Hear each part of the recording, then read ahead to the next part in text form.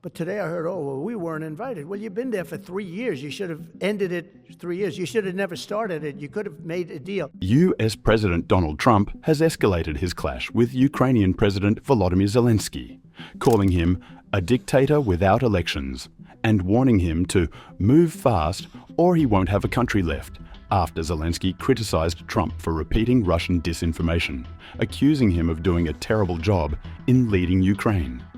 Trump criticized U.S. spending on the war, claiming America has spent $200 billion more than Europe, with no guarantees in return. He also highlighted Zelenskyy's refusal to hold an election, accusing him of manipulating President Biden and leading Ukraine to devastation.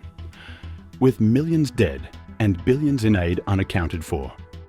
A half-baked negotiator could have settled this years ago without the loss of much land, very little land, without the loss of any lives, and without the loss of cities that are just laying on their side.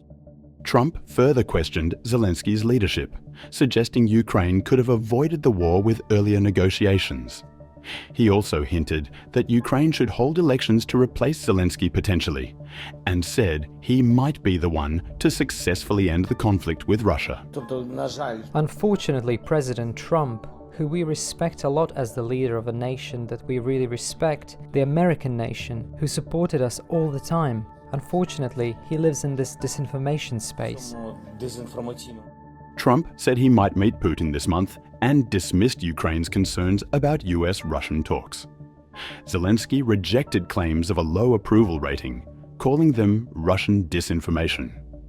He criticized Trump for living in a disinformation space and for helping Putin escape isolation, also mentioning Trump's suggestion for Ukraine to hold elections.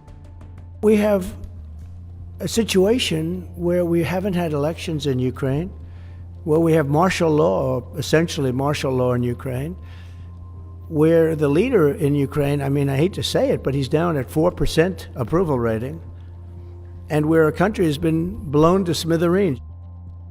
This war of words comes as the Ukraine-Russia war nears its third year, with Russia holding a significant portion of Ukrainian territory. Trump's comments have raised concerns in Europe, with leaders fearing he might make too many concessions to Russia. However, Trump remains adamant that only he can resolve the situation and bring peace.